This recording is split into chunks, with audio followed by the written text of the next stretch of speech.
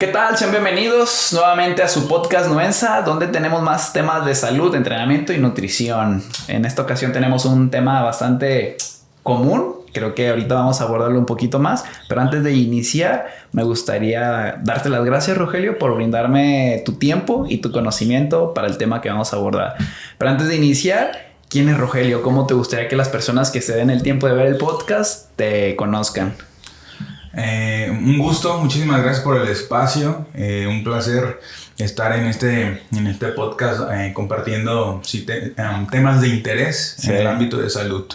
Mi nombre es Rogelio Rivera, principalmente soy esposo, soy papá, secundariamente soy médico de profesión, pediatra médico general egresado orgullosamente de la Universidad de Colima. 6 años duró la carrera de medicina general. Y posteriormente la especialidad, 3 años, que es lo que dura la especialidad de pediatría, en el sistema de Secretaría de Salud en el estado de Durango, en la torre materno-infantil del estado de Durango. Por ejemplo, ¿qué funciones tiene un pediatra? O sea, porque a lo mejor atender niños enfermos, pero tienes áreas así que no sean tan conocidas y que sea de interés mencionar. La principal, que es la que yo creo que debería tener más foco de todo lo que el pediatra hace, es la prevención de enfermedades y la detección temprana de enfermedades en niños sanos. De hecho, algo que el pediatra hace del trabajo principal y en nuestra consulta no es lo más habitual. Lo más habitual es ver enfermedades agudas, pero lo más importante para nosotros es, por ejemplo, el control de niños sanos, que es ver en los primeros 5 años que un niño crezca bien en peso y crezca bien en talla y hacer ciertos tamizajes o ciertas detecciones de enfermedades que, si se detectan a tiempo, puede haber una gran mejoría en el pronóstico. Y por lo regular el pediatra hay moco, hay fiebre, el niño se siente mal, vamos a ver al pediatra. Pero lo ideal sería, mi niño está muy bien, quiero que siga así, voy a sacar cita con el pediatra para que me diga si está bien en su peso, está bien en su talla. Entonces la prevención y la vigilancia del crecimiento adecuado de nuestro nene es la principal función de cualquier pediatra, del pediatra general. Sí. Porque como debes de saber, la mayoría dentro de la pediatría hay un montón de ramas y subespecialidades. Mi respeto para cada una de ellas, todas ellas son hermosas, pero mi área es la pediatría médica, ni siquiera general. Pediatra es, por definición, un pediatra que ve absolutamente todo en un niño, desde el pelo de la cabeza hasta la planta de los pies. Sí. Y para ello ya posteriormente, si hay algo más, pues tenemos las diferentes subespecialidades. Sí. El título de este capítulo lo titulamos De un resfriado a una neumonía. Cómo cuidar la salud de los más pequeños. Pero antes de iniciar con la primera patología o la primera enfermedad, ¿por qué se dice o se cuidan mucho a los niños o a los adultos mayores? Tocando este tema, pues, ¿por qué son más vulnerables? ¿Por qué se enferma más? ¿Cuál es el motivo de que esto pasa y que un niño se enferme mucho? Hay varias causas principales. En los niños, lo principal que en las cuestiones infecciosas, por ejemplo, los niños, sus sistemas de defensas están en desarrollo. No es lo mismo, no es la misma cantidad ni la misma calidad de defensas inmunológicas que tiene un niño, un recién nacido, un niño menor de 5 años, incluso un adolescente, que así como un adulto mayor, que las que tiene una persona joven, una persona adulta saludable. Entonces, además de que el niño siempre depende de los cuidados de la persona principal que esté a su cargo. No es lo mismo que yo, que tengo fiebre, me la detecto, me siento mal, voy y voy a que me revisen. Un niño se siente mal y depende absolutamente de lo que el cuidador hace. Lo veo mal, tengo que llevarlo. Es muy común, Ray. El suspiro. Es muy común que los cuidadores obviamos, no creo que sea tan grave. Y a final de cuentas pasan 2-3 semanas y llegan a urgencias. Tengo a mi niño porque tiene fiebre. El niño llega inconsciente, deshidratado. ¿Y cuándo empezó el problema? Desde hace 3 semanas. ¿Y por qué? Porque hasta ahorita lo traen. ¿Sí me explico? Eso pasa mucho. Y da coraje, porque, repito, el niño no es responsable de sí mismo. Hay alguien que debería de estar vigilando que esté comiendo bien, esté haciendo del baño bien, esté evacuando bien y detectar cuando esto no es así. Entonces, el niño no es responsable de sí mismo, el niño está en desarrollo, su sistema inmunológico está en desarrollo y asimismo la cuestión nutricional es diferente y el aporte calórico, el aporte de reservas metabólicas es muy distinta tanto en la primera etapa de la vida como en la etapa final, que serían los adultos de la tercera edad. No es mi área, pero más o menos por ahí está el porqué del detalle.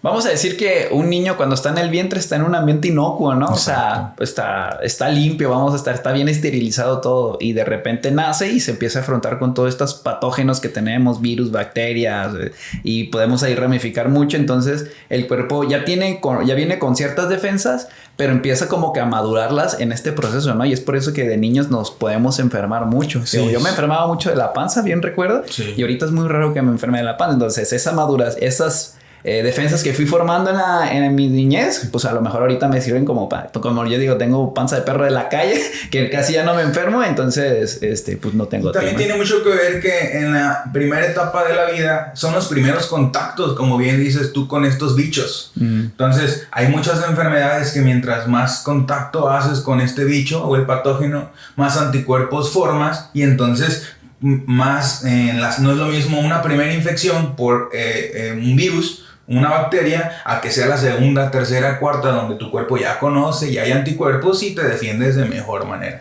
Por ejemplo, ahorita como dices que hay padres que son irresponsables al dejar a sus hijos con una fiebre durante 3 semanas, ¿crees que en la actualidad también se sobreprotege a los niños de que no quieren que toquen nada que no esté limpio y caemos del otro lado del espectro, ¿no? Los famosos niños burbuja. Ajá. La sobreprotección también es no sé si decirlo mala, pero a lo mejor también tiene cierto grado de irresponsabilidad, porque la vida es enfrentarte a agresiones y inmunológicamente, para que el sistema inmunológico madure, tienes que enfrentarte a agresiones. Yo siempre les digo a los papás, señora, llegan por una gripa o por X padecimiento leve, no se preocupe, es como un gimnasio.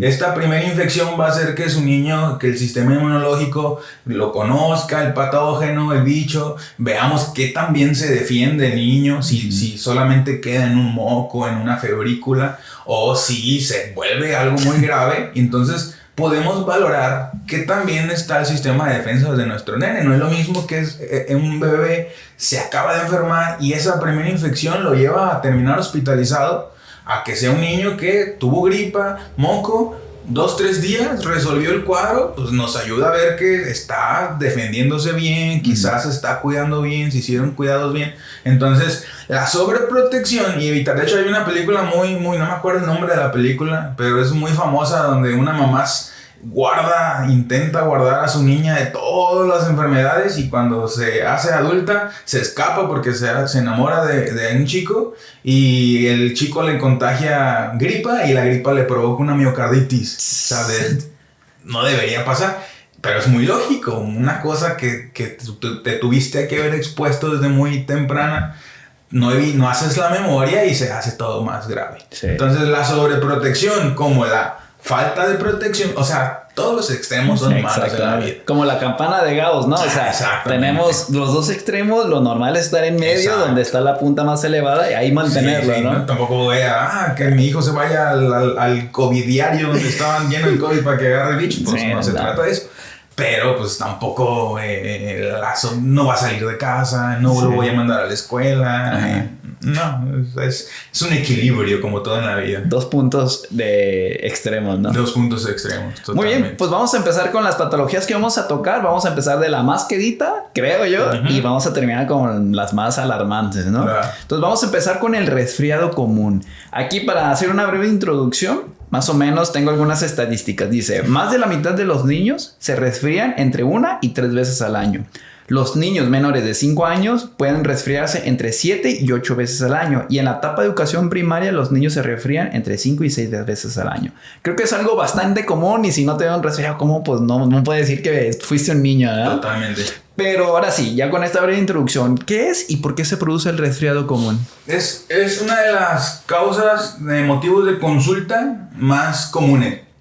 Las estadísticas están infraestimadas porque muchos cuadros de resfriados comunes ni siquiera acuden a consulta. Si realmente todos los pacientes que tienen un resfriado común fueran a consulta, las estadísticas fueran el triple muy probablemente, porque quien no le ha pasado que estornuda, moquito, ay, vas a la tienda, te compras un Nex y esperas a que se pase. Pues es la infección más común. Es una infección de las vías aéreas respiratorias superiores, que por lo regular es una división muy general. Infección de vías respiratorias superiores e inferiores es la más común de las vías respiratorias superiores. Y la mayoría de las veces causadas por virus, si no es que todas. Los virus más comunes, rinovirus, arbovirus, metaneumovirus, da igual. El chiste es que es una infección viral que afecta la vía respiratoria superior. Desde narinas, cornetes, incluso a veces puede haber algo de afección en faringe. Y es una reacción meramente al estímulo o a la agresión viral, lo cual propicia fiebre. Puede haber fiebre en la mayoría de las veces. Lo más común es el escurrimiento nasal y la congestión nasal. ¿Por qué? Porque es lógico, es la primer punto de impacto o de encuentro con el virus. La mucosa nasal se inflama, se congestiona por la producción de histamina y algunas otras cosas, mastocitos que rompen, son células que hay por ahí importantes, pero eso se debe, las menciono porque eso se debe comezón, la irritación nasal, el escurrimiento nasal. En los niños es muy común que se hace una línea en la naricita porque está normalmente bien tallada, la nariz se pone muy roja por el incremento de la vascularidad en esa zona. Estornudos muy frecuentemente, y aquí es muy importante. En los recién nacidos, por ejemplo, esto es algo bien interesante. Es una de las principales causas por las cuales los recién nacidos, me refiero, recién nacidos se clasifica menores de 28 días, pero incluso menores de un año, que llegan con dificultad para respirar. Y esto es simple y sencillamente porque los niños no saben respirar por la boca. Nosotros los adultos, se nos tapa la nariz, respiramos por la boca, ahí está la nariz toda tapada. Los recién nacidos no tienen esa capacidad de decir voy a respirar por la boca. Y literalmente la nariz se congestiona, se tapa y el niño se llega ahogándose. A veces producen apneas. Los niños se ponen azulitos y llega la mamá, se me está ahogando. Y escuchamos pulmones, todo bien, radiografías, porque pues cuando es un recién nacido se hace todo el abordaje completo. Nada, y hacemos un lavado nasal, algo de agüita en las narices, aspiramos y parece ser que el niño regresó a la vida. Entonces, a lo que voy es que principalmente el área de afección principal es la superior. De hecho, el nombre de resfriado común, el nombre médico sería una rinofaringitis viral aguda. Rinofaringitis, rinitis, o sea, rino de nariz, faringe de la garganta, itis, inflamación, viral por virus, aguda porque suele ser un episodio de corta duración. 3-7 días normalmente, no debería prolongarse más, y en definición eso sería un resfriado común. Ok, es inevitable que nos dé en la vida, ¿no? O sea, porque te podría preguntar ¿cómo podemos prevenirlo? Ajá. Pero creo que es innecesaria esta pregunta porque pues sí o sí nos va a dar, ¿no? Sí, totalmente. Yo creo que es una de las infecciones que no indican que a alguien no le esté funcionando, porque eso es un miedo muy común en la mamá. A ver si quieren un virus, una infección que muy frecuente. Ya hace 2 meses tuvo la misma. No habrá necesidad de hacerle un estudio para ver cómo están sus defensas. Es un miedo muy común. No indica que las defensas no funcionan, como decíamos al principio. Muy probablemente al contrario, indican que tus defensas funcionan y por eso reaccionan al estímulo viral o a la agresión viral. Como es virus, pues no hay un medicamento específico que dar. O sea, no es como una bacteria, que hay una infección bacteriana, das antibiótico. Para los virus no es como que hay una infección viral y das un antiviral. No todas las infecciones virales tienen un antiviral indicado. Específico. Solamente algunas y contadas. Por tal razón, existen temporadas, porque son infecciones que tienen que ver con la temporada. Las temporadas frías, por lo regular, es donde más indicio de estas infecciones hay. Y alguien en una familia inicia con la infección y pues se hace el contagiadero. Y no hay manera, o sea, podría decirte para prevenirla, pues sería vivir aislado, quizás, y ya. Pero lo que decíamos al principio, te vas a privar de hacer este tipo de inmunidad, de poner a prueba tu sistema de defensa. No hay manera de prevenirlo. Además de que los virus van mutando. No es un mismo virus. El que le dio a mis papás, el que me dio a mí y el que le está dando a mi sobrino de 3 años, ¿no? Totalmente. Antes veíamos en la época atrás, alguien se moría de una gripa. Ahorita no es tan habitual porque evoluciona el sistema inmunológico. Pero ¿por qué un mismo virus puede seguir dando y a veces se dan este tipo de pandemias donde virus que normalmente convivíamos? El coronavirus era un virus que convivíamos todos y de repente se hizo una mutación y vale, se hizo el despapalle totalmente. Entonces hay variables inmodificables e imprevenibles al que el cuerpo se va a enfrentar a ellas y va a reaccionar. Pero son infecciones por lo demás leves y yo no sé si el término exista, pero yo incluso podría decir infecciones saludables, porque te ayudan a darte cuenta que también te defiendes, como decíamos al principio, que también tu cuerpo reacciona, o sea, infecciones saludables, que creo que es paradójica la frase. Sí. Sin embargo, creo que cuadra y podría ser bien usada. No sé si conozcas el concepto que se le llama hormesis. No. Hormesis es cuando un estímulo en ciertas cantidades nos da un beneficio a la salud. Un ejemplo, si tú haces ejercicio, es estrés para el cuerpo y es dañino en cierto lado porque rompes fibras musculares, bajas energía, hay una inmunodepresión ligera del sistema inmune, pero cuando tú entrenas, recuperas y tienes un beneficio, ¿no? Exposición al frío, exposición al calor. Totalmente. Entonces, pero por ejemplo, si esa dosis, si tú entrenas como loco y no descansas, no recuperas, hay un problema. Rebasaste la dosis hormética. Entonces podemos decir que son enfermedades horméticas, que en ciertas 100%. Dosis, o sea, que si las tocas cada cierto tiempo y no pasa de ciertos signos o síntomas, está bien. Ya cuando se rebasa, dices, aquí hay algo más, hay que tratar. Entonces, totalmente, creo que aplica totalmente. Entonces, es ese término que se llama hormesis, que son estímulos puntuales para obtener un beneficio. Por ejemplo, la exposición al sol.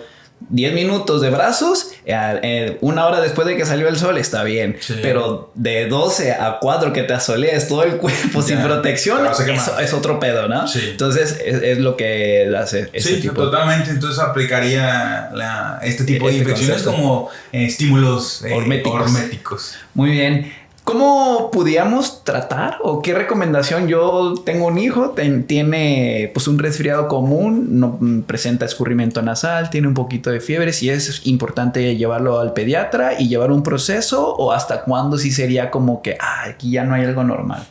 En pediatría siempre intentamos que los papás tengan claro los datos de alarma, que es cuando una enfermedad o una condición patológica o infecciosa se está saliendo de lo esperado.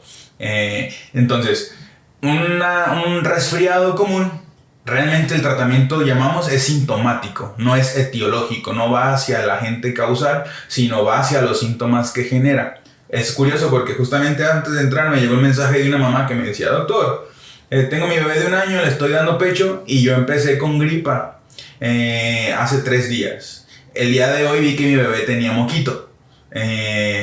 ¿Habrá algo que le pueda dar para evitar que se haga algo más grave? ¿O qué me recomienda? Realmente la recomendación es vigilar. Un montón de enfermedades en pediatría, las primeras 24 o 48 horas es vigílelo. Pero es que ya empezó con febrícula. Tenga un termómetro a la mano y vigile cómo se comporta esa fiebre, porque a veces el cuerpo es capaz de contener esa infección y dura un par de días y no hay nada más que hacer. En este caso, por ejemplo, a la mamá, la mejor prevención que estaba haciendo es que daba pecho. Que esa es una chulada para cualquier infección. Pero el tratamiento va indicado hacia los síntomas. El principal síntoma en la rinofaringitis o en el resfriado común es la congestión nasal. Por tal razón, el principal medicamento o ayuda médica que podemos brindar para un paciente con congestión nasal, pues es un anticongestivo nasal. Los medicamentos más usados son los antihistamínicos. Dependiendo del paciente, dependiendo de la edad del paciente, porque hay antihistamínicos sedantes, otros no sedantes, la dosis varía dependiendo del peso, pero sí se pueden utilizar medicamentos para disminuir la producción de moco, para aminorar la congestión nasal. Una cosa reciente, que es una chulada médica, son los lavados nasales. En el consultorio les enseñamos a las mamás a hacer lavados nasales, que son estas, hay cositas, no vamos a decir marcas, pero esos que dan sprays de líquido en la naricita. Bueno, el lavado nasal es literalmente echar un chorro de agua por una narina y que salga por la otra. Porque los nenes, mientras más pequeños, menos capaces son de expulsar los mocos. Y a veces la narina tan pequeña, un pequeño moco adentro es suficiente para que esa nariz esté... Y como tu papá tú como papá sabrás lo molesto que es que un niño no pueda dormir porque tiene la nariz tapada, o que no pueda ni correr, o que está moqueando todo el día, etcétera, etcétera. Entonces los lavados nasales a libre demanda, las veces que sea necesario, simplemente que se haga bien y con seguridad. Ese es de primera instancia. Un lavado nasal a nadie se le niega, como un vasito de agua o como un tío. A nadie se le niega.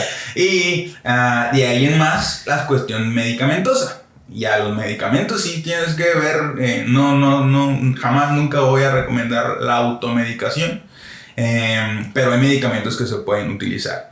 Pero en las primeras 24 o 48 horas, vigilancia meramente, una perillita si tu bebé está recién nacido, o es lactante menor es hasta el primer año de vida, lavaditos nasales, y ahí van, datos de alarma. ¿Qué puede pasar? Que toda infección, pues para mí mejor que cualquier infección a la mínima me traigan al bebé a revisarlo. Sí. Pero estoy consciente que no siempre la revisión es urgente. ¿Me explico? Da igual, si a mí me quieren traer a revisar que le salió un pequeño moco y estornudó una vez, tráigamelo, ese es mi trabajo. Pero no siempre es realmente urgente. Sí, quizás necesario, puede ser que sí, pero urgente no. O sea, de al momento. Pero cuando se vuelve algo urgente, en menores de 6 meses que tenga fiebre, eso es un foco rojo. No debería. Fiebre, por definición, arriba de 38 grados. Menores de 6 meses con fiebre de difícil control, así sea un moquito, un pequeño estornudo, es una edad pediátrica donde hay que descartar otras cositas, por más que se vea que puede ser nada más moco o qué sé yo. En menores de 1 año ya es distinto. El flujo es constante. Hay datos de dificultad para respirar. Por ejemplo, cuando las naricitas se mueven mucho, eso se llama aleteo nasal. Ese es un dato que no debería estar sucediendo. La fiebre no la puedo controlar. Le di medicamento para la fiebre, le di paracetamol que me indicó el médico, y a las 3-4 horas otra vez trae 38 grados. Eso tampoco es normal. No me quiere comer, no está vomitando, hay diarrea, se ve de muy mal estado general. Mal estado general, la definición es que el cuidador vea que la dinámica habitual de ese niño se alteró. No está jugando como normalmente juega, no está comiendo como normalmente juega. Entonces, ante la duda, mejor acudir y preguntar con alguien que me pueda orientar si esto es lo esperado o si esto no está esperado y hay que hacer algo más. Es raro realmente que una rinofaringitis se complique. En las edades extremas podría ser donde a veces nos metemos en más problemas. Pero ante los datos de alarma son eso. Los foquitos rojos son para pedir ayuda o pedir la valoración por un experto. Ok. Y una pregunta que se me olvidó hacerte al inicio. ¿Hasta dónde tú trabajas? ¿Hasta qué edad podría decir una persona pediátrica? ¿Cuál es tu área? Estrictamente 17 años. Los libros de pediatría manejan de 15 años hacia abajo. Okay. 14 años, 11 meses, 30 días. En algunas instituciones la edad pediátrica se va hasta 17 años, 11 meses, 30 días. Por definición, donde yo me formé, por ejemplo, si el adolescente ya tenía 15 años un día, ya no era criterio para tenerlo en nuestra unidad, se derivaba al área de adultos. Pero los libros de pediatría dicen que toda la adolescencia también repercute o el pediatra es quien lo puede atender. Yo conozco pediatras que han visto niños desde que nacieron y ya tienen 20, 25 y el paciente todavía quiere seguir yendo con el pediatra. Pues eso ya está muy extremo, eso ya es harina de otro costal. Y podríamos decir, el pediatra puede verlo. Pues no, yo digo que por tal razón nuestra especialidad abarca cierta edad y ya incluso es hasta irresponsable, creo yo, porque son mundos distintos, la medicina de adultos con la medicina de niños. Y le puedes preguntar a cualquier médico, ya sea de adultos o de niños, son el yin y el yang, blanco y negro, por más que haya una medida troncal. O sea, es bien común que en urgencias de repente hay niños grandes. Y por ejemplo, para nosotros niños que ya pasan de los 50 kilos, ya es como que, a ver, déjame calcular, porque nosotros todo calculamos por kilo. Y entonces de repente me llegan niños más grandes que yo. Y yo, a ver, tú, urgenciólogo de adultos, a ver, me sale mucho, sí, está bien. Porque tenemos años viendo dosis minis o dosis pequeñas y de repente llega alguien en modo adulto y te salen dosis que no estás habituado a manejar, dosis tan altas. No se comporta el cuerpo igual, las técnicas de manipulación no son las mismas, de intubar, de poner un catéter o algo. Entonces, zapatero a tus zapatos. Yo veo de 15 años hacia abajo, y en la institución en la que trabajo tengo que ver niños a veces de 17, 16. Es un lío, pero bueno, o sea, mientras sea algo, se puede. Pero lo bueno es que el trabajo en equipo como un médico siempre está a la mano y siempre hay alguien experto en adultos que puede echar la mano con los niñotes grandes. 15 para abajo, institucionalmente de 17 para abajo. 17 para abajo. Muy bien. Retomando acá las enfermedades más comunes. Bien, pues ya damos por concluido el resfriado común. Vámonos a gastroenteritis. Empezamos con un poquito de estadísticas. En 2022, el porcentaje de niñas y niños menores de 5 años que presentó enfermedad de diarrea aguda en México fue del 9.4%. Ya con esta breve introducción, que entiendo la parte que me dices que están subestimadas las estadísticas, porque por ejemplo allá afuera hay un chingo de hipertensos que no saben y no están diagnosticados y no están reflejados, ¿no? En los datos de salud, diabetes y muchas enfermedades que no. Entonces hay unas que, por ejemplo, a mí me dio un resfriado, no reporto, paso por estos síntomas de una manera ligera y ya, y no se reportó. Entonces por ese lado tienes totalmente la razón. Si lo vemos en adultos, en niños va a ser todavía peor, ¿no? Pero ¿qué es la gastroenteritis y cómo nos afecta? Bueno, ¿cómo afecta al niño? La gastroenteritis, por definición, sistema digestivo, enteritis, una inflamación. Itis, pues el prefijo itis siempre es inflamación donde sea que se encuentre. Entonces es una inflamación ocasionada por una agresión tanto infecciosa, ya sea virus, bacterias, parásitos. A veces hay tóxicas, gastroenteritis tóxicas o alérgicas, por medicamentos o sustancias que los niños consumen. El nombre habitual es una diarrea, que no siempre es diarrea la principal manifestación, también se manifiestan con vómitos. Y los vómitos, la diarrea o los vómitos siempre nos confiamos mucho, y eso es lo que decías ahorita. Hay un montón de nenes que tuvo diarrea 2-3 días, pero siguió comiendo y siguió tomando agua y no lo llevan a revisión a ningún lado. Lo resolvieron bien, pero ese paciente no quedó registrado en ninguna estadística. Entonces por eso hice la mención de que están infraestimadas las estadísticas. Entonces es una inflamación del sistema digestivo. Por definición, diarrea es más de 3-4 evacuaciones en 24 horas, evacuaciones líquidas. La definición de una evacuación líquida es aquella evacuación que toma la forma del recipiente que la contiene. Esa es una evacuación no normal, o sea, una evacuación líquida. Más de 3-4 en 24 horas, eso es una diarrea.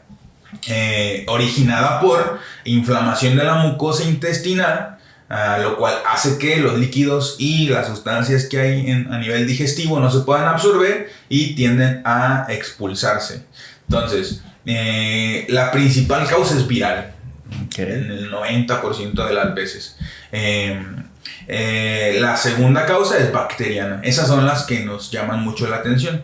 Porque, como hacía mención hace unos momentos, los virus no tienen tratamiento específico, son tratamientos sintomáticos. De hecho, de la mayoría de tópicos que vamos a mencionar, los virus no tienen tratamiento específico más que sintomático y de sostén. Las bacterias sí, es muy distinto. Y esto es también digno de mencionar. Los papás, todos son fans de los antibióticos. Y por ejemplo, en este caso en específico, es un ejemplo claro de por qué los antibióticos mal indicados pueden empeorar un cuadro. Porque también hay algo que se puede llamar diarrea por antibióticos. Una diarrea viral que inicia por virus no le vas a dar antibiótico porque pues no te va a hacer nada. Lo único que va a hacer es que las poquitas bacterias que quedan, buenas, saludables para la digestión, que te están ayudando a contener esta reacción inflamatoria viral, las vas a matar con ese antibiótico y la diarrea va a empeorar. Entonces es muy común que nos lleguen nenes con diarreas virales con un montón de antibióticos indicados por fuera, por X especialidades, etc. Por la mamá, por la abuelita. Un antibiótico que tenían ahí que ni siquiera es el indicado para el cuadro digestivo, pero ahí lo teníamos, se lo vamos a empezar a dar. Y la diarrea muchísimo peor de lo que era lo esperado. Entonces lo primero que hay que hacer es suspender todos los antibióticos y el estado de hidratación. Entonces, por lo regular hay fiebre, como casi en todas las respuestas inflamatorias infecciosas hay fiebre, evacuaciones líquidas. La coloración no es un dato específico de algún bicho. A veces hay náuseas o vómito y dolor abdominal. El dolor abdominal es algo que también hay que tomar en cuenta, porque hay otras enfermedades digestivas que pueden iniciar con diarrea, fiebre y dolor abdominal y no son una diarrea, una gastroenteritis como tal. A veces son patologías de resolución quirúrgica. Entonces ahí es donde habrá que descartar. Ok, entonces esos son los primeros signos y síntomas y es lo que causa diarrea y vómito. Vamos a decir y ya puede venir acompañado de dolor abdominal, un poco de fiebre y puede ser causado por virus y bacterias. Digo, aquí la curiosidad entre virus y bacterias es que un virus pues prolifera y es lo que genera una infección, ¿no? Ajá. Y un virus se adueña de una célula, la infecta y es ahí el proceso que lleva el virus. O sea. Y lo importante es que las cuestiones virales tienen un inicio de síntomas, se llama el curso natural de la enfermedad. Llegan, hay la agresión inicial, infectan la célula, está el ciclo viral, empieza la replicación, la carga viral en sangre aumenta y conforme pasan los días a nivel inmunológico la replicación viral disminuye y los síntomas por sí mismos van a descender. Entonces casi por lo regular hay un pico de síntomas y esto es bien interesante. En promedio vamos a decir que es al tercer, cuarto día de los síntomas, tanto para el resfriado como para la mayoría de infecciones virales, en este caso digestivas. Inicia la infección y al tercer, cuarto día es el pico de síntomas, porque es cuando la carga viral está en su apogeo. Hay más evacuaciones, más vómito, más fiebre, y entonces a veces que te llevan al bebé en las primeras 24 horas, tuvo 2, 3 evacuaciones hoy. ¿Cuándo inició? Hoy.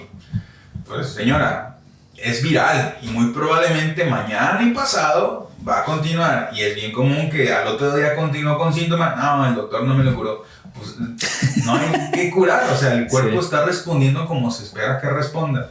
3, 4 días y comienza la mejoría de los síntomas.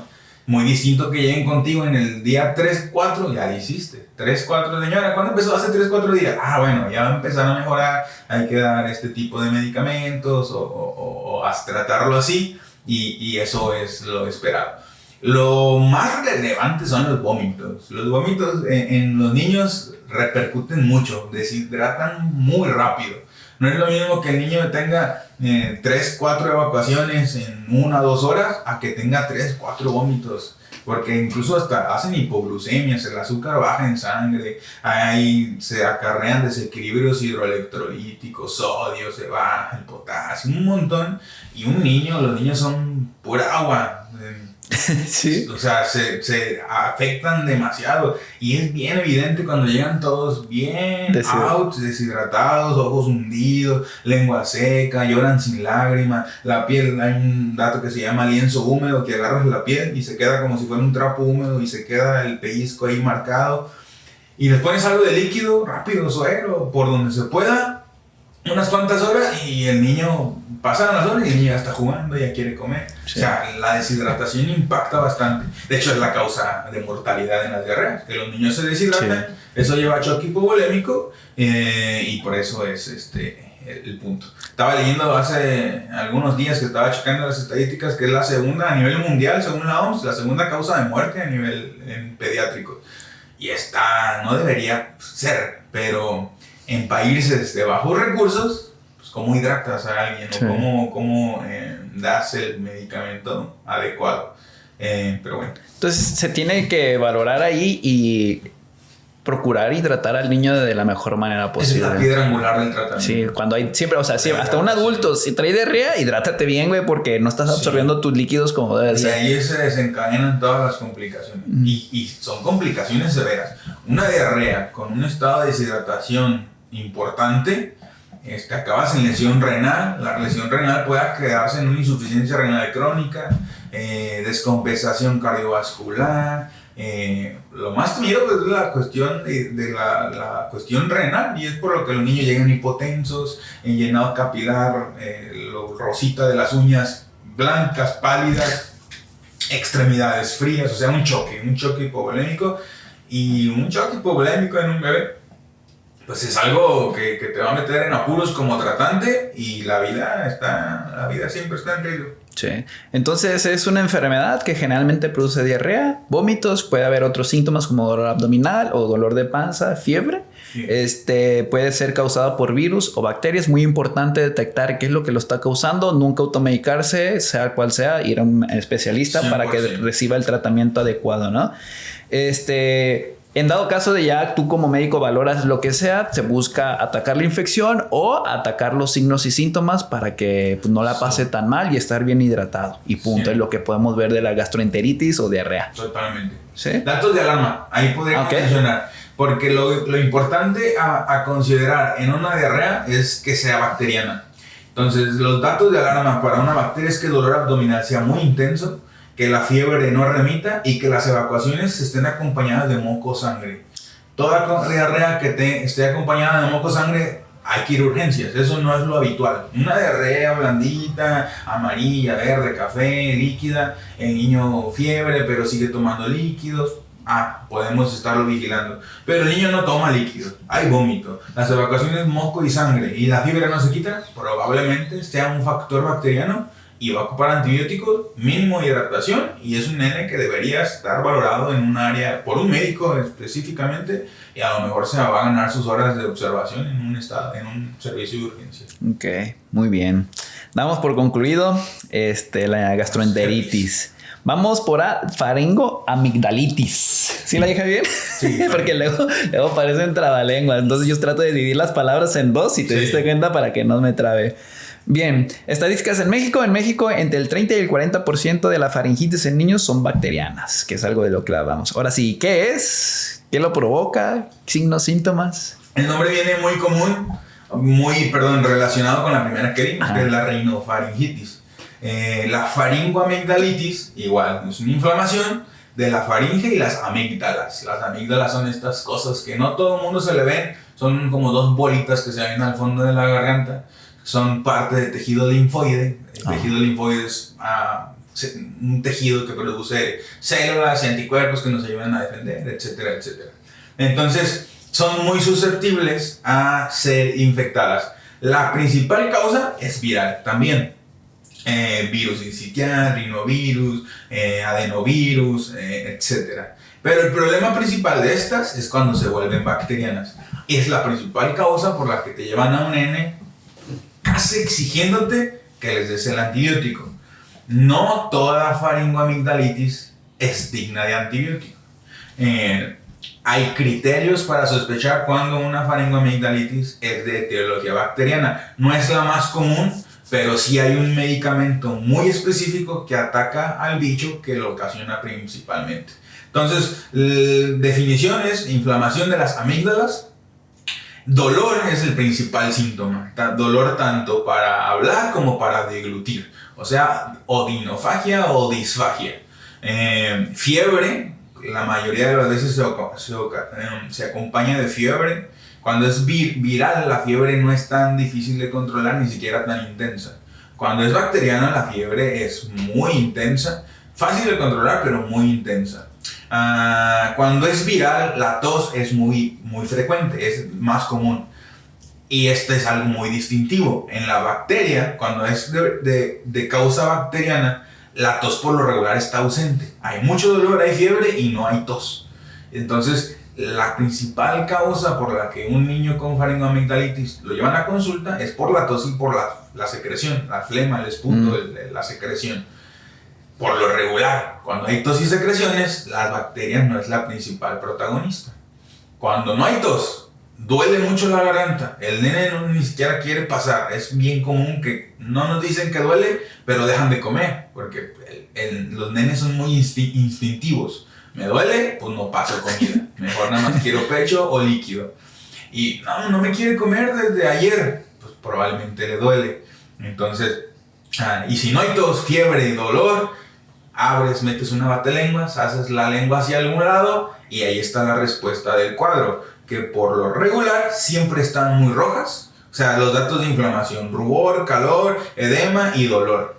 Y grandes, rojas, duelen y muy probablemente calientes. Cuando hay bacteria, hay pus. Ese es el principal factor distintivo. Las abres y se ven grandotas con unos puntitos blancos, puntitos rojos en el paladar. Casi por lo regular allí son dignas de antibiótico. Y ese es el punto de partida. Ok. ¿Cuál sería la diferencia con un resfriado común? ¿La secreción nasal? Acá sí, no la hay. Acá no hay. Aunque se considera también una infección de vía respiratoria superior, pero no está la rini involucrada, la rino, la nariz por lo regular. Eso sí es algo habitual, que muchas veces inician con un resfriado y cuando no se tuvo buenos cuidados del resfriado o X cosa, niños que se exponen a humo de tabaco, humo de leña, pues son más susceptibles a que el barrido ciliar o de la mucosa, las secreciones se quedan allí más tiempo. Eso hace el escenario perfecto para que una bacteria se aproveche, porque son bacterias que normalmente están allí, pero una vez que hubo un desequilibrio entre anticuerpos de protección, sustancias, la bacteria se aprovecha. Y esto hace que empiece la replicación bacteriana. La principal bicho es una bacteria que se llama Streptococcus pyogenes, Streptococcus beta-hemolítico del grupo A. Ese es el principal protagonista y es actualmente las penicilinas casi son la única indicación para este tipo de bicho. Y allí sí, señores y señoras, allí sí se requiere antibiótico. Y allí sí, la mayoría de las veces es antibiótico inyectado. La dosis es una dosis única de una penicilina en la pompa. Y si es este bicho, eso es suficiente. Focos de alarma, así cuando ya esta madre se está saliendo de control. Sí, hay complicaciones muy temidas de una faringoamigdalitis. Son muy raras, pero son muy temidas. Datos de alarma de entrada sería la fiebre. Siempre la fiebre, que es difícil de controlar, que ocupas un medicamento, 2 medicamentos, dosis alta, algo no va bien por lo regular. O fiebres que se prolongan más de 3-4 días, no es lo habitual en este tipo de infecciones. Habrá que ver por qué. Dolor o dificultad para respirar. A veces la infección es tan severa que se pueden hacer abscesos periamigdalinos. No es mi área de expertise, porque eso ya es más de otorrinolaringólogo, pero se forman abscesos que hay que drenarse porque pueden bloquear la vía respiratoria. Semanas después del cuadro infeccioso pueden darse inflamaciones renales glomerulonefritis ocasionadas por anticuerpos por estas bacterias, y algo que se da y se relaciona mucho es algo que se llama fiebre escarlatina, una enfermedad sistémica por anticuerpos de este bicho que da problemas articulares, hasta problemas cardiovasculares, renales y un montón. No es lo más habitual, pero fiebres que persisten mucho tiempo, dificultad para respirar, o que el antibiótico que se usó no respondió en 24 a 48 horas y la fiebre persiste más de 2 días después de haber iniciado el antibiótico, hay que acudir a revisión. Hay que hacer estudios, radiografías, muestras de sangre, que no es lo más habitual. Como se han dado cuenta, no, ni ninguna vez he dicho que se requieren estudios, pero en este caso, y también las GEPIs, cuando la evolución no es la esperada, es cuando solicitamos estudios, porque hay que ver qué está sucediendo para estar seguros que realmente sea una bacteria, realmente sea un virus o algún otro germen atípico. Ok, entonces en resumen es una infección en la garganta, voy a ponerlo muy sencillo. Presenta tos, dificultad para deglutir, le duele al comer. Puede presentar fiebre, como en todas cosas. Los principales causantes pueden ser virus, principalmente, y bacterias. Hay que identificar muy bien cuál lo está causando para, en caso de que sea pertinente, sí utilizar un antibiótico, o si no, dejar el transcurso y tratar los síntomas como lo venimos haciendo con las otras dos anteriores, y evitar las complicaciones. ¿Cuánto dirías que es un proceso normal de fiebre en un niño? O sea, si ya pasa, o sea, si pasan 2-3 días, vamos a decir, está normal dentro del cuadro de enfermedad, pero si ya 5 o 6 ya no. Una fiebre más de 7 días se considera una fiebre de etiología indeterminada. Okay. Más de 7 días de fiebre ya no es esperado, ya hay que ver por qué, ya hay que hacer estudios, ya hay que... ahorita lo vamos a decir, pero por ejemplo en dengue es muy habitual que hay 5 o 7 días de temperatura. Más de 7 días de temperatura, hay que ver, hay bichos que lo pueden causar, pero hay que estar seguros que sea un bicho, porque ya hay cuestiones incluso hasta malignas que hay que sospechar, cuestiones hematológicas de la sangre, algunas cuestiones oncológicas, cánceres, etc. Entonces, por lo habitual, 24 a 48 horas de fiebre muy intensa, en infecciones muy severas, 5 o 7 días, más de 7 días, aunque se lo estés adjudicando a la faringoamigdalitis, a la HEPI, al resfriado, a la neumonía, lo que quieras, hay que ver por qué no es habitual. No debería prolongarse tanto la fiebre más de 7 días. Muy bien, y ahorita que ya tocaste el tema de dengue, vamos por el dengue, que tú me permitirás, pero creo que el verano pasado, para adelante, se detonaron muchísimo los casos de dengue, sobre todo en niños, ¿sabes? Yo escuché que no, que así una persona que entrena, no, pues a un familiar se le murió su hijo de dengue y cosas por el estilo. Estuvo muy... Y tengo aquí algunas estadísticas. Dice, en 2024, o sea, el año pasado, la semana epidemiológica 24, o sea, la semana 24 del mes, del año, que fue del 10 al 16 de junio, registró un aumento del 385% en los casos de dengue en comparación con el mismo periodo de 2023. Casi 400% más. Sí, estuvo horrible. ¿Qué es el dengue? Si podemos platicar un poquito de lo que pasó el año pasado y qué podemos hacer como lo venimos haciendo. Sí, estuvo horrible. De hecho, el año 24 terminó con un total de casos confirmados, más de 120 y tantos mil casos en todo el país y más de 400 muertes confirmadas por dengue. O sea, un montón. O sea, algo nunca antes visto. Horrible. Me tocó estar en el área de urgencias como pediatra en urgencias y había días donde teníamos 8 o 10 pacientes hospitalizados, todos con sospecha de dengue, todos con fiebre, todos vomitando, todos con dolor abdominal, todos esperando resultados de laboratorio para ver si realmente era dengue o no. Y pues bueno, es una infección viral transmitida por mosquitos. Ese es el detalle, que aquí en nuestra zona costera tenemos el mosquito que lo porta, el Aedes aegypti. Es una enfermedad viral. Hay 5 serotipos virales, dengue 1, 2, 3, 4 y 5. El 5 no tiene relevancia epidemiológica, o sea, no hay patología detectable, al menos hasta ahorita. Pero hay 4 dengues. Esto es importante porque los 4 te pueden dar patología. Te puede dar, hay inmunidad cruzada, o sea, te da uno, haces inmunidad para este virus, es decir, te picó el 1, hiciste inmunidad para el 1, y puede haber inmunidad cruzada 1 o 3 años y después ese ya no te da en teoría, pero te pica el 2 y el 3 y ya tienes anticuerpos y se vienen los cuadros graves. Entonces es una infección viral transmitida por moscos. Es la principal o la enfermedad transmitida por vector más importante del mundo. Por vector es que tiene algo que lo transporta, como la malaria, el chikungunya, el Zika, que son otras enfermedades transmitidas por moscos. Entonces, esto lo relaciona inevitablemente con los niveles de higiene de la sociedad. Hogares donde hay mucho acúmulo de cosas que pueden tener recipiente, pues el mosquito ahí hace su kinder y hace la reproducción masiva de larvas. ¿Y quién no se expone? ¿A quién no le ha picado un mosquito? ¿A qué colimense no le ha picado un mosquito? Sí, claro. Entonces el mosquito pica, tiene un periodo de incubación de 5, 10, 15 días. O sea, cuando detonas la fiebre, probablemente el mosquito te picó hace 2 semanas aproximadamente. Ya que quieras limpiar y sí, ya es demasiado tarde. Sí, exacto. Ese es otro problema. En un hogar se manifiesta el primer cuadro febril y dices, hay que limpiar. No, pues ese mosquito ya se reprodujo, ya se hizo ahí un reguero de dengue, tanto para la casa y las zonas aledañas de la casa. Entonces pica y el principal síntoma es también conocida como la enfermedad de la fiebre de los 7 días. En unas comunidades le dicen el trancazo, porque la gente dice que es como si tuvieran agarrado trancazos.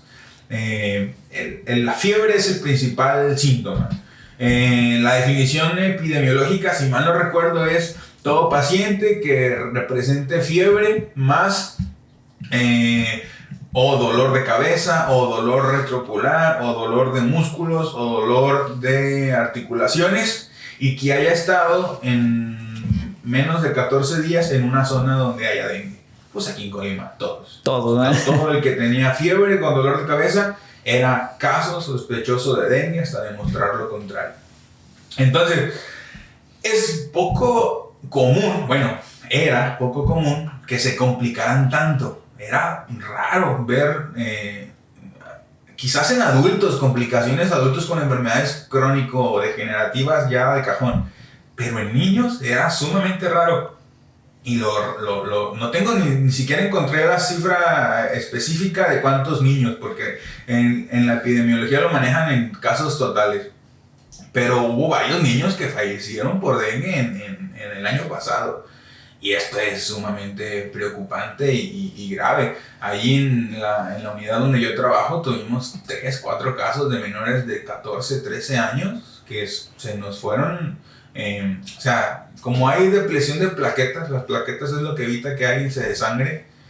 Se van las plaquetas, la médula no produce plaquetas. ¿Y qué le haces? Por más que estés pasando plaquetas, o sea, cuando estaba grave el cuadro era muy difícil ganarle a la reacción patológica de la enfermedad.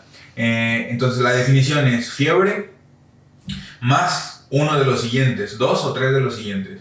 Fiebre de difícil control, fiebre muy intensa, casi hipertermia, agregado a dolor de cabeza, dolor articular, dolor retroocular y dolor articular. Pues lo más común es gente que llegaba con dolor de cuerpo y dolor de cabeza y fiebre, una fiebre de muy difícil control. Muy difícil control es, el niño iniciaba con fiebre súbita, de inicio súbito, 40 grados, daban paracetamol, 2-3 horas, fiebre otra vez súbita. Y en los niños es muy, muy característico. Los niños les da fiebre y se ven mal, moribundos. Controlas la fiebre y das cuenta que son otros niños, comen, brincan, saltan, juegan. Vuelve la fiebre otro día y otra vez apagados. Y este ciclo es muy repetitivo en la cuestión de dengue. Y la enfermedad se clasifica en dengue grave y dengue no grave. Y ahí está el problema, que hubo mucho dengue grave. Y ahí fue por tal razón que se detonaron la cifra de mortalidad se disparó bastante.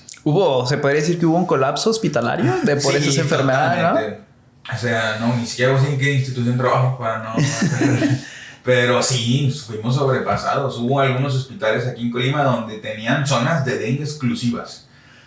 en el hospital donde yo trabajo había ocasiones que en el área de piso de pediatría estaba lleno de casos de dengue y teníamos otras patologías que ocupaban hospitalizarse, no teníamos dónde ponerlos. Por tal razón estábamos muy estrictos en detectar a aquellos pacientes que realmente tenían que hospitalizarse, porque yo le decía a la mamá, las mamás llegaban y doctor, es que trae fiebre, inició ayer. Señora, pues muy probablemente le faltan otros varios días más. Y no se lo puedo hospitalizar nada más por fiebre, está comiendo, no tiene dolor de panza, no vomita. Entonces, si yo hospitalizo, y le decía a la mamá, si yo hospitalizo todos los niños que me llegan con fiebre por dengue, señora, no tendría lugar donde poner. Si así me estoy viendo con dificultad de espacio. Entonces, sí nos sobrepasó, pero macizo la capacidad de resolución de hospital.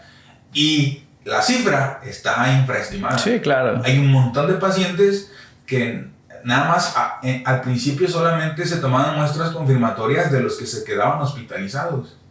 O sea, y regresábamos a un montón a sus casas a vigilarlos en casa que no se muestreaban.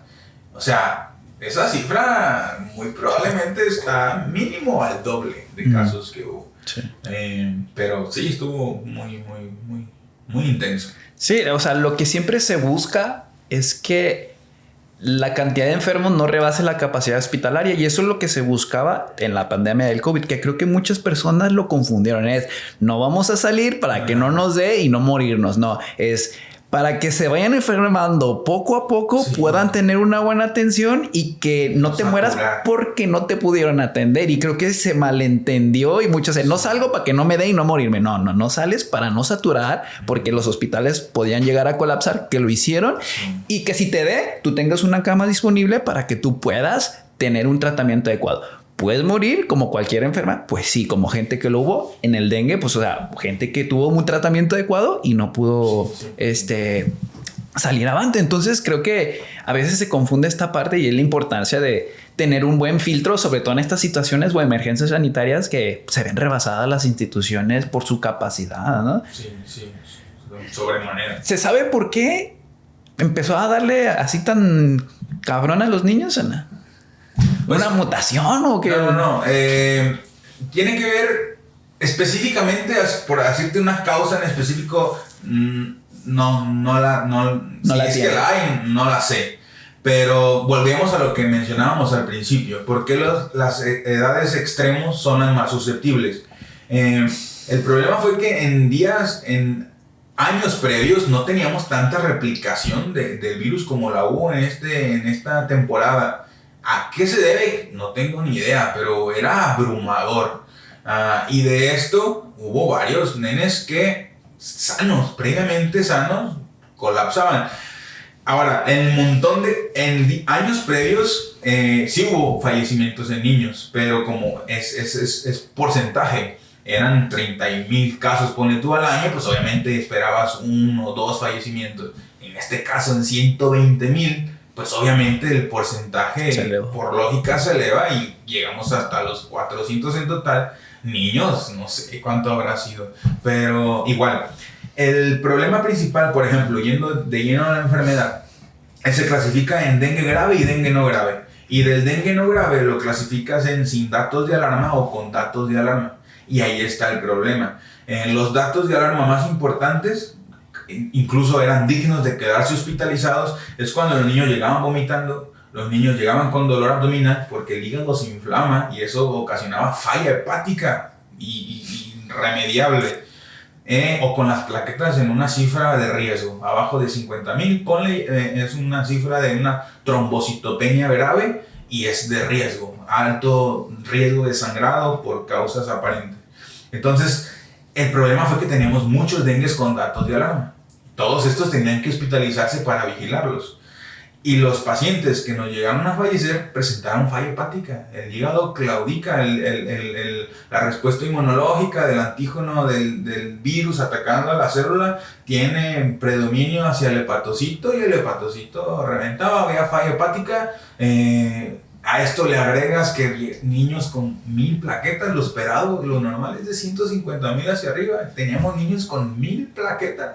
O sea, señora, que ni estornude, por favor, porque un estornudo, un sangrado en la cabecita, no les ganas. ¿Con qué le vas a ganar? Le vas a pasar chorros de sangre hasta que se contengan, o chorros de plaquetas. Las transfusiones ni están indicadas debido a la cuestión patológica de la enfermedad. Entonces, teníamos muchos pacientes con datos de alarma. Y el dengue grave, pues es el choque por dengue, falla multiorgánica por dengue o sangrados masivos por dengue, que es la causa por la que se muere un paciente. Y pues todos fallecieron por una de esas causas. Ok. ¿Qué tratamiento llevan estos pacientes? Sintomático. Sí, igual. No hay tratamiento. ¿Como es un virus? No. Como es un virus, es puro síntoma. Es interesante que, por ejemplo, el dengue se divide en 3 etapas. Eso es importante. La etapa febril dura 3 a 7 días. El principal síntoma, fiebre muy intensa, dolor de cabeza, dolor del cuerpo. Cuando la fiebre mejora, inicia la etapa crítica. A partir del 5.º día en adelante, las plaquetas descienden un montón. Los otros síntomas mejoran, pero es cuando las plaquetas están hasta abajo. Allí se llama fase crítica porque, por definición, las plaquetas bajas dan miedo. Donde más probable que la persona trascienda. O haya las enzimas hepáticas también ahí se empiezan a elevar. Y a partir del 11º día, la resolución. Todos los demás síntomas se van. Entonces, cuando llega un paciente en el día 8, 9, y ya le tomabas un estudio de sangre y ya las plaquetas estaban en 90, 100, pues muy probablemente por el curso de la enfermedad ya va de salida. Ay, todavía me siento mal. Pues se va a poder sentir mal todavía unas semanas después porque hay un síndrome post-dengue. Dolor articular, debilidad, falta de apetito, etc. Pero cuando nos llegaban al segundo, tercer día con fiebre, el estudio, tomabas un estudio de sangre y ya traía plaquetas en 20, 30, ay, todos nerviosos porque va empezando la enfermedad. Muy probablemente las plaquetas van a seguir descendiendo. Entonces ese era un gran problema. Y obviamente se colapsa todo, ¿no? Imagínate tener que tomarle muestras a todos los pacientes. Los de laboratorio estaban, oye, ¿por dónde? ¿A quién le tomo primero? ¿Cuál es el proceso primero? Porque se da un colapso inminente. Y el tratamiento, uno de los datos de alarma es dolor abdominal y vómitos. El tratamiento es hidratación, como si fuera una HEPI, una diarrea. Hidratación, porque suele haber concentración de la sangre, la hemoglobina se concentra, la sangre se vuelve muy espesa, hay alteración cardiovascular. Entonces líquidos, tome líquidos, suero o qué, del que quiera, señora, pero que no deje de tomar líquidos. ¿Cómo sé que mi paciente está bien hidratado? Pues que tanta pipí está haciendo y el color de la pipí, que se mantenga haciendo pipí. No tiene hambre, no quiere comer, mi nene, ni le ofrezca, porque ahorita si le ofrece va a vomitar. Lo que menos queremos que ofrezca, que pase es que vomite, porque si ya el dengue me lo está deshidratando, se me agregan los vómitos, ese nene se me va a deshidratar y se va a chocar. Líquidos, control de la temperatura. A veces el paracetamol, que es el medicamento antipirético más común, no nos era suficiente y teníamos que mezclar en hospitales se utiliza mucho el metamizol sódico. Ibuprofeno es un medicamento antipirético, pero que en dengue está contraindicado porque puede producir alteraciones sanguíneas. Y si ya por sí el dengue me estaba produciendo alteraciones sanguíneas, el ibuprofeno también quedaba descartado, aunque es uno de los antipiréticos más usados o más efectivos. Entonces, limitados en el tratamiento realmente. Hacíamos cosas cuando era un paciente grave porque canalizábamos, el tratamiento es poner suero por la vena a cantidades intensas, manejar la temperatura y tenerlos quietos, porque cuando las plaquetas están muy bajas, un niño se siente muy bien y quiere andar brincando, saltando. Sí. Y cuando se sentían muy bien, a veces estaban iniciando la fase crítica, donde las plaquetas iban descendiendo apenas. Entonces es un tira y afloja de que se siente bien, pero trae plaquetas abajo, no está indicado hacer transfusión masiva de sangre o de plaquetas, pero ya me empieza a sangrar, no le deja de fluir sangre por la nariz o por las encías. Bueno, pues me arriesgo y indico la transfusión. O sea, ni siquiera las guías de tratamiento estaban claras en el actuar del médico. Y más porque había casos que se salían, como siempre el cuerpo humano, se salen de lo esperado, de lo que la guía te dice, Y yo, aquí no me viene ninguna guía que tengo que hacer y pues acudir a la experiencia de los expertos o la experiencia de los casos previos. Pero líquidos, reposo, manejo de la temperatura y nada más. Okay. La bendición. La bendición de que no se complique todo. De que no se complique, sí, totalmente. Era a veces una moneda al aire. Y aquí podemos decir, una manera de prevenirlo pues es que no nos pique el mosco y por ende tener en nuestro alrededor colonia, comunidad, evitar estancamientos de agua, como el abate o cómo se llama, para en esas donde se pueda acumular pues ahí echar y todo eso. Todo tener 0 sitios de ¿cómo le llaman? De cacharros donde se pueden acumular los líquidos y el mosco aprovecha. El abate, pues en teoría a nivel del sistema de salud eran los encargados detectaban el caso, mandaban, aquí el paciente salió positivo en esta colonia, mandaban a fumigar, pues, se hacía la fumigación. Bueno, es que también ahí entran cosas políticas. Sí, claro. Antes era muy efectivo el hecho de que se ponía alguien mal ahí, mandaban la fumigación y abate a toda la zona. Colonia. Eso no pasó con efectividad en esta ocasión. ¿Sí me explico? Sí, claro. Por tal razón, no se contuvo como se debería contener. En años atrás, eso era muy efectivo. Lamentablemente. ¿Por qué? Yo no sé. Yo no soy partidario de nada. Yo nada más soy médico que ve lo que sucede en mi práctica todos los días y no fue efectivo. Sí. Obviamente, con estas estadísticas podemos concluir que no fue efectivo. No sé por qué. Pero esa es la manera más práctica de prevenir, que el mosquito no se replique. Y una vez que se replica y pica, pues ¿qué haces? Más que ver cómo se detecta, cómo empieza el cuadro clínico. ¿Sabes o tienes el dato de que un mosquito cuánto puede moverse alrededor? Si nace aquí alrededor, la redonda. Híjole, no. Había escuchado yo un dato, pero nunca me aseguré si era cierto o no. Pero creo que a 10 metros, por ejemplo, es decir. Tiene que ver, sí. Pero te estaré echando mentiras para la exactitud. Pero por eso en la fumigación, cuando se detecta un caso en una casa, se fumigaba la casa del afectado y las casas a la redonda, porque era donde se daba el abate, y toda la cuadra, por la cuestión de que este mosquito en teoría tenía esta cantidad de metros de desplazamiento. Pero no, específicamente. Una colonia el tamaño. Bueno, se me hace mucho, pero o sea, pues, siempre agarramos más de lo que necesitamos por si la duda. Pero el asunto es que si en esta casa había un mosquito y luego ya el de la esquina ya lo tenía y el de enfrente también, pues, se hace claro. La masacre de mosquitos. Muy bien. Intensa. Y la última, pero no menos importante, diría yo, neumonía. Vamos aquí con un poquito de estadísticas. En México, la neumonía es una de las principales causas de atención hospitalarias en niños y adultos. En el periodo 2010-2019 se registraron 1.485.290 casos de neumonía y bronconeumonía. Los menores de 5 años y los adultos mayores de 65 son los más afectados. Volvemos a los mismos, los polos, ¿no? Niños, adultos, los más vulnerables, donde se hacen campañas, sobre todo para los adultos y los niños, de influenza y vacúnate y todo este rollo. Sí. Creo que es donde se ataca. ¿Qué es? Porque es una enfermedad grave. Es una complicación de alguna de las anteriores. ¿Qué rollo? Sí, es una infección también, puede ser viral o puede ser bacteriana. O también entran algunos gérmenes atípicos, que no son los esperados, que pueden ocasionar el cuadro infeccioso, pero que también pueden estar presentes. Es una infección del parénquima pulmonar, o sea, de la piel, del endotelio. Yo les explico a los pacientes cuando tengo a las mamás para explicarles que los pulmones son como unas esponjas. Cuando las esponjas están exprimidas, están muy ligeritas y hay poros por dentro donde pueden pasar. Pero cuando uno mete esa esponja en el agua y la sacas, las esponjas están pesadas. Y el aire que estaba dentro de esos poros, no hay aire, hay agua. Eso es una neumonía. El parénquima, donde debería haber aire, esas esponjitas que deberían estar ligeras, llega el patógeno, ya sea virus o ya sea bacteria, inflama la piel del pulmón y genera secreción, genera congestión del endotelio y este pulmón se vuelve pesado. Y un pulmón pesado pues es un pulmón por donde el aire no puede transcurrir.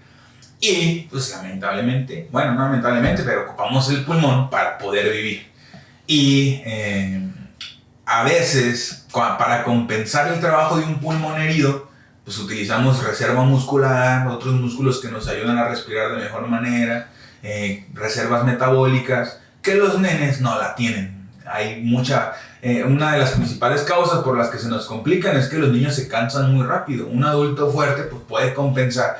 Tengo dificultad, utiliza otro tipo de músculos, compensa. Los niños se fatigan. Y una vez que se fatigan llega el colapso respiratorio y es donde hay que hacer cosas que uno no quiere hacer. Intubar, utilizar máquinas que nos apoyen a dar pues apoyo a mantener, ajá. Entonces lo más común es que sea la cuestión viral, siempre los virus son los más comunes, pero los más temidos son las bacterias. Bueno, hasta hace poco el COVID es virus y nos metió en problemas de neumonía sí. y tan temidos.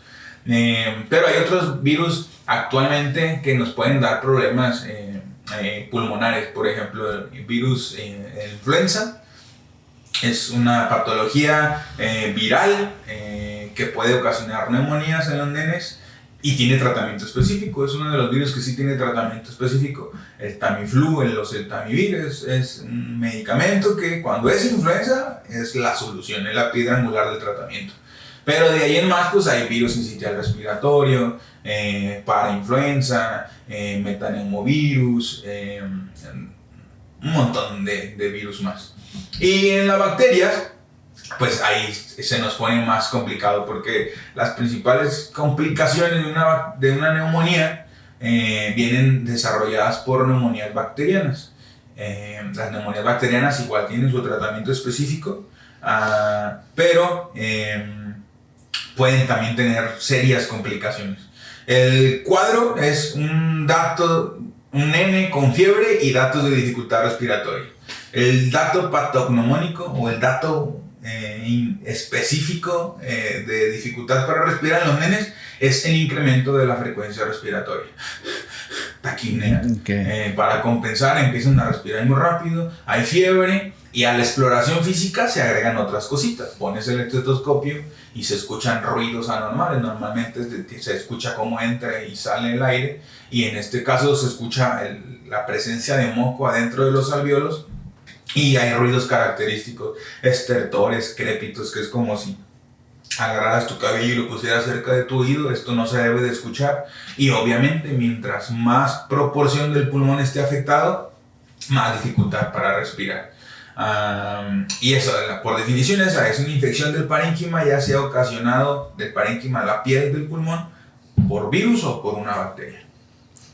Ok, y puede ser igual por virus o bacteria, y los virus son los protagonistas. Los virus, siempre. De las enfermedades de los niños más por lo regular. Sí, por eso es que cada vez que nos dicen antibiótico, es bien raro que indiquemos antibióticos. Casi los antibióticos los indicamos en niños que se hospitalizan, y en la práctica médica privada es sumamente raro, es más por infecciones urinarias o cuando las infecciones no progresan muy bien, pero es sumamente raro encontrar necesidad de instaurar un tratamiento antibiótico. Ok, y entonces si es virus, igual sería el tratamiento para paliar sintomatología.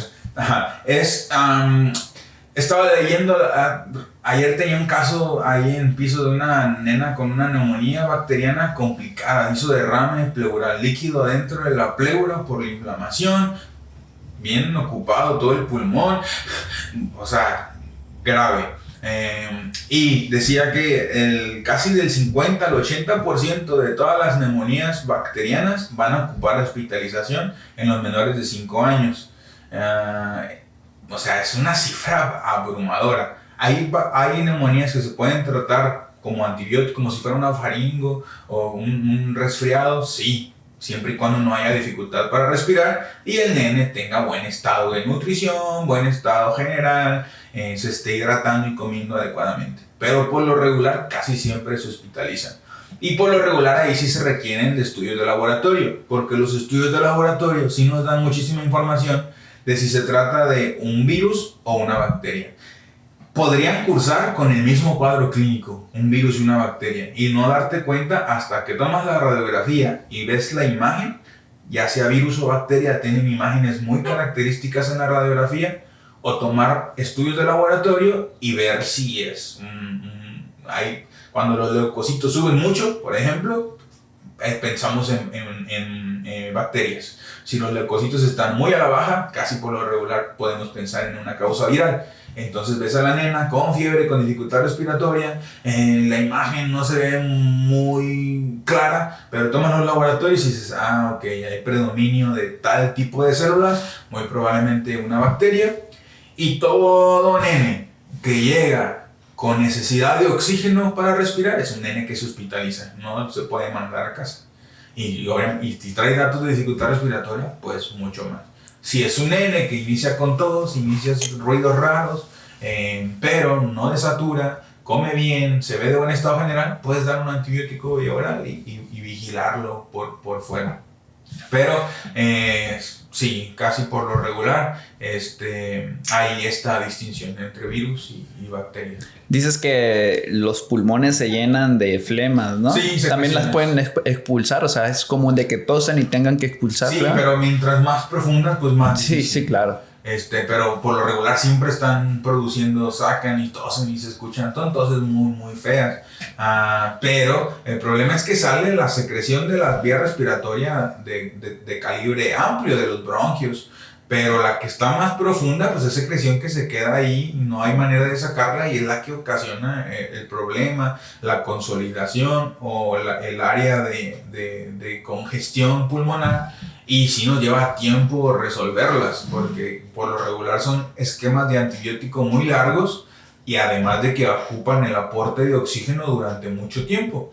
Y pues la complicación es la falla respiratoria. Inician con insuficiencia, la cantidad de oxígeno que son capaces de absorber no es la suficiente y lo que es la complicación máxima es tener que intubarlos, que es lo que siempre intentamos evitar. Porque pues una vez que intubas a un paciente, es un paciente grave, candidato de unidad de cuidados intensivos. Ok, entonces pues si un nene tiene fiebre, dificultad para respirar, llevarlo al médico pertinente, sí. A un pediatra en este caso. Sí, siempre. Dificultad para respirar, en nene con fiebre, da igual la edad, hay que llevarlo a revisión. Eso no es para confiarse, es una enfermedad delicada. ¿Aquí hay algo para prevención? Por lo regular, siempre hay antecedentes de una infección de vía respiratoria superior.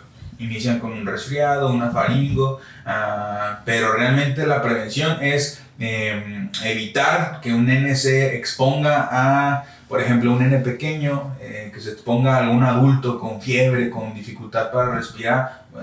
¿Por qué? Porque es contagio de persona a persona.